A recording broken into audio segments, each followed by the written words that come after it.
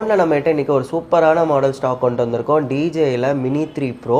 அதுவுமே பார்த்தீங்கன்னா ஒரு ரொம்பவே லைட் யூஸ்டு பீஸு, கிரேடே கண்டிஷன், ஒரு சின்ன ஸ்க்ராட்ச் அடென்ட் எதுவுமே இருக்காது, அவ்வளோ நீட்டாக இருக்குது. ஸோ நீங்கள் வீடியோலேயே பார்க்கலாம். இதோட ஃபீச்சர்ஸ்னு பார்க்குறப்ப 249 கிராம்ஸு கீழே வரனால எந்த ஒரு லைசன்ஸுமே தேவையில்லை. டாய் டவுன் கேட்டகரியில் வந்துடும்.